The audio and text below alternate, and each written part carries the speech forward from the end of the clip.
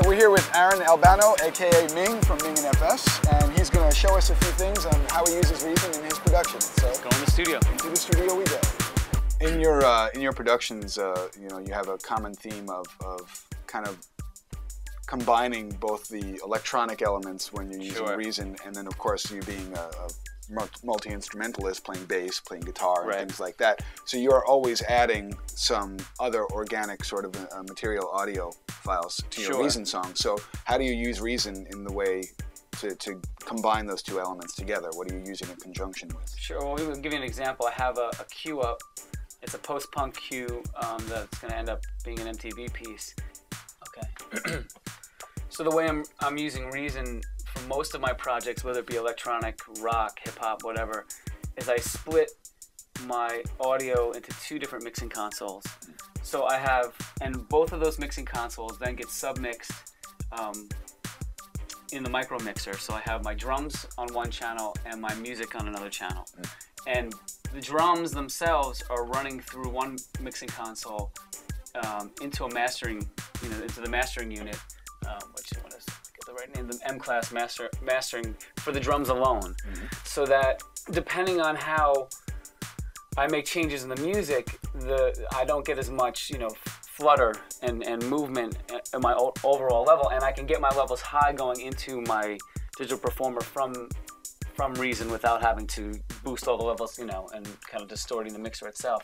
And this is all running through digital performer. The drums going here. Alright, my drums for my punk rock track here. The total mix though is going through a mastering channel on my digital performer, and I run pretty much everything that I'm working on is going through a mastering channel while I work, so that I can actually hear what it's going to sound like with the compression, with everything else on, so that I have an idea of how much I actually need to add, as opposed to over-adding music. I can program a lot less. The room that gets taken up by squashing this, the overall program is there. So that's generally the process. And so right now for this, I'm just running drums. I have bass. I have a live bass and guitar in here. So this is my drum file.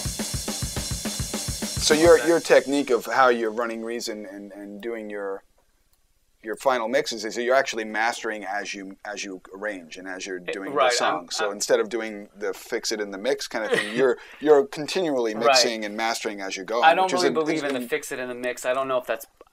I don't normally use an engineer during the recording process. I do the engineering myself. So what I like to try to do is make everything sound the way I think it should sound now. Yeah. So in this case, I have the drums that I've programmed in Reason. They're running through a mastering channel. The mastering channel in Reason then goes through digital performer where I track all my guitars, and I have the guitars here and I have bass here, and then so everything together. I'm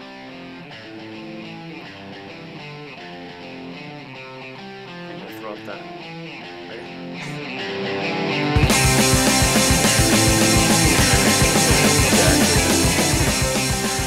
And then on your next episode of Cribs, when they do the pan in and show all the stuff, here's your music that's happening behind that's what's going on behind there. So,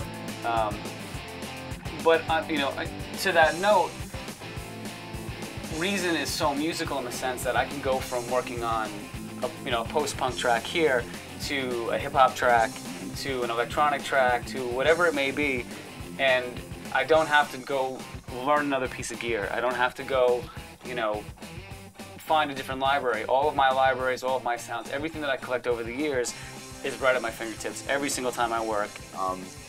Do you have any sort of templates or something that you always go to start off when you're doing your music or your production? Right, I do.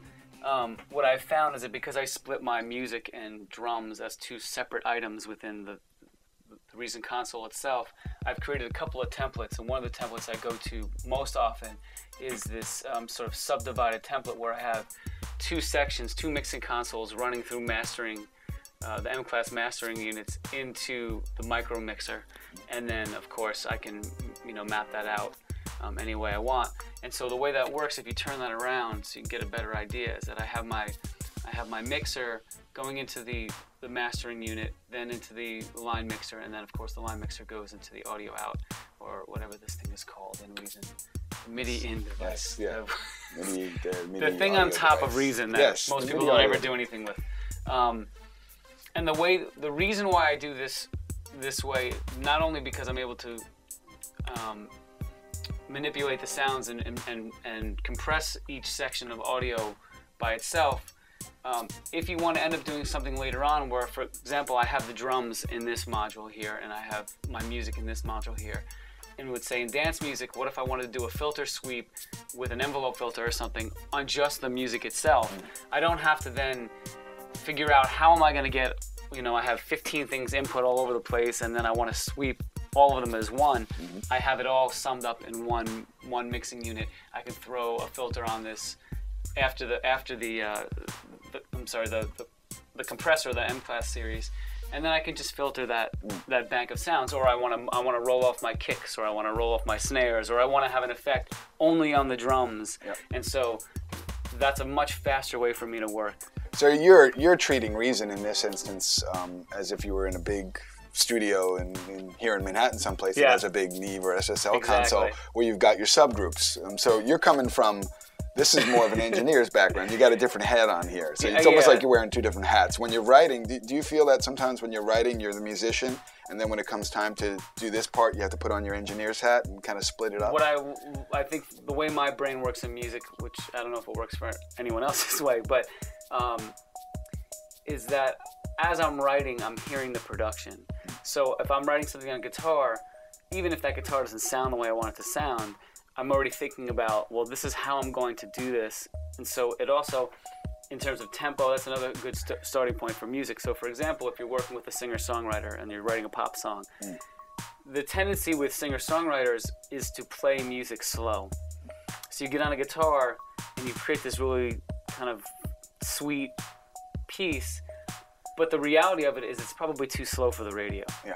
So I'll immediately go over to Reason and then get my tempos into the tempo area that I think we have a range of tempos that we're going to work for a radio song. So then I'll now take this guitar thing and I'm already working with Reason. So maybe I'll start programming some drum bits as I go. And I think it also helps in the creative process because I can be so quick to have a guitar idea, to programming in Reason and having my drums come back to me. And if I'm writing with, say it's the two of us writing a song and you don't play instruments, maybe you just sing, I have to play the bass, guitar, the keyboards and everything. But I can quickly then throw down a bass line, doesn't have to be perfect, and we can write a song and focus on the artistry. And then when you decide that you're hungry and bored of me, you can go get yourself a beer and eat, and then for the next 15 minutes, I'll fix all the sounds. Yeah. You'll come back and you'll be excited about the piece of music that we just made because it's a quick, very fast way to get that huge studio sound. Yeah. And therefore you make better music. Great. So we want to thank you, Aaron, for taking your time out today and showing us some of what you do in Reason and sharing some tips and tricks with us. And for more information, if anyone wants to check out some more of what you do, they can go check out my new website. It's hoodfamousmusic.com. It's HOODFAMOUS music.com. All right. Thanks again.